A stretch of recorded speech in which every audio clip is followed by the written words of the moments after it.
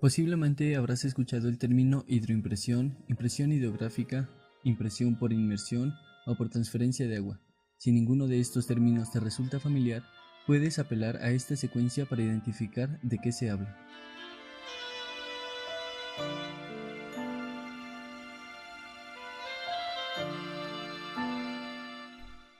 La hidroimpresión es un método de transferencia gráfica que puede ser aplicado sobre superficies tanto bidimensionales como tridimensionales. Todo esto mediante una serie de ejecuciones no muy complejas y con la intervención de materiales a la fecha al creciente alcance. Pero, ¿de dónde surge este concepto mágico? ¿Qué individuo extraterrenal intervino en su creación? Pues ninguno. Este método fundamental en que se sostiene esta técnica se remonta unos cuantos siglos atrás a varios contextos culturales. El sumini nagashi, cuya etimología nos traduce tinta flotando, es una técnica japonesa emergente entre el siglo IX y el siglo XII. Constaba de un recipiente con agua que funcionaba como soporte para depositar combinaciones de tinta a base de aceite.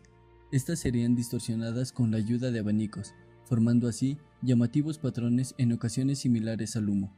Por su peculiaridad, este método se hizo bastante popular entre la realeza, cuando empezó a ser implementado para decorar papel, sirviendo posteriormente como soporte caligráfico de poemas y documentos oficiales.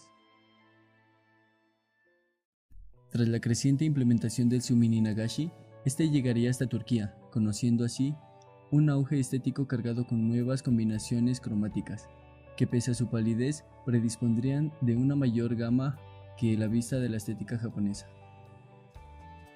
Habiendo así alcanzado el siglo XVII, este pintoresco procedimiento de transferencia conseguiría migrar tanto a Italia como a Alemania e Inglaterra. Favorecido así por los intercambios comerciales, terminaría por instalarse en toda Europa, donde adoptaría el nombre de marmolado, por su similitud al acabado propio del mármol, gracias a Monsieur Riud, encuadernador real, a quien se le atribuye oficialmente su invención, siendo sin embargo un compendio de adopciones y adecuaciones culturales, de una técnica artística bastante longeva. Por supuesto, no dejó de ser por ello un arte complementario a la encuadernación. Pero eso no es todo. Pese a lo antedicho, el sumini nagashi no fue el único método artístico de este tipo en alcanzar tal popularidad como técnica de transferencia gráfica.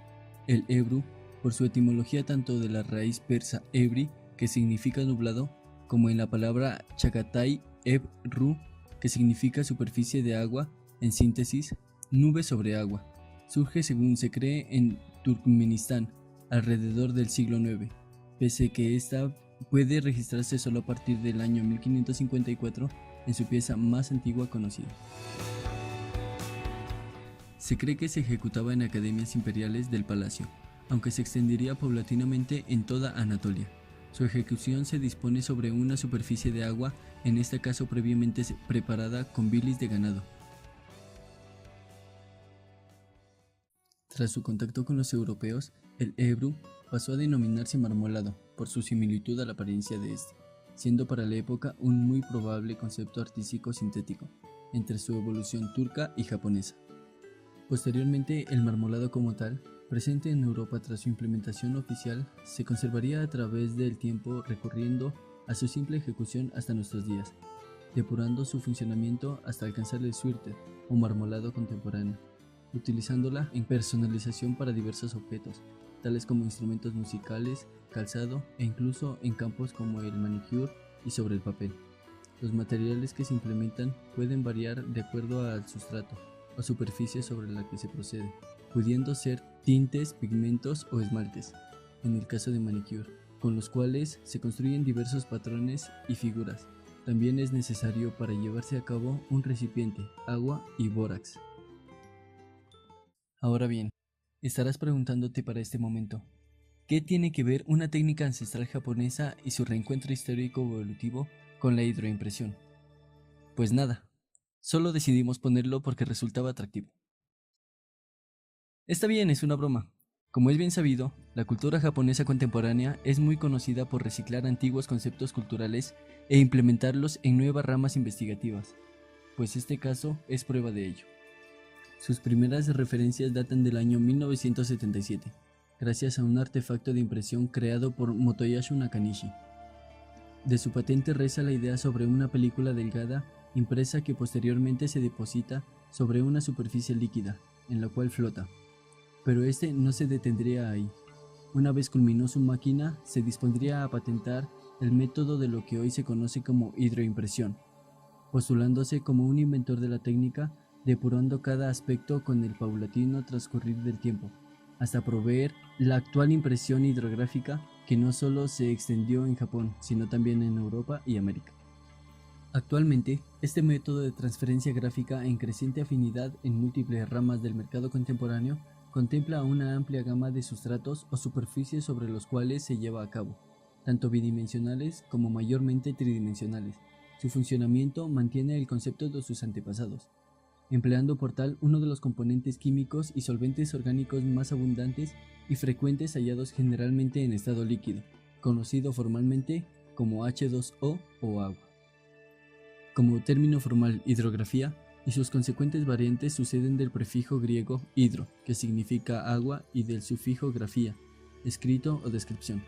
Su ejecución consta de ciertos elementos y un proceso poco convencional para llevarse a cabo. Se destaca una película de alcohol de polivinilo, polímero soluble en agua, en que yace la correspondiente pieza gráfica a transferir sobre la superficie no porosa, siendo esta generalmente resistente al agua, tales como cerámicas, fibra de vidrio, metal, plástico y determinados tipos de madera. Esta puede hallarse previamente impresa. Aunque las películas de alcohol de polivinilo pueden adherirse sin ningún motivo para ser adecuadas en una impresora de eyección con el gráfico que se requiera. La superficie sobre la que se procederá debe ser previamente preparada, pulida si existen imperfecciones y tratada para retirar grasas, tierra o partículas no deseadas que puedan estropear el resultado final. Luego pintada con un color base universal.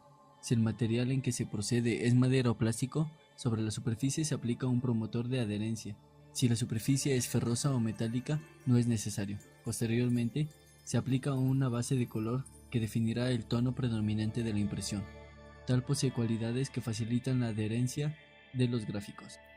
Habiendo culminado el proceso de preparación, se procede a depositar la película hidrosoluble sobre la superficie del agua, teniendo en cuenta que, antes de la inmersión, la temperatura del agua es tratada para lograr entre 18 y 26 grados Celsius.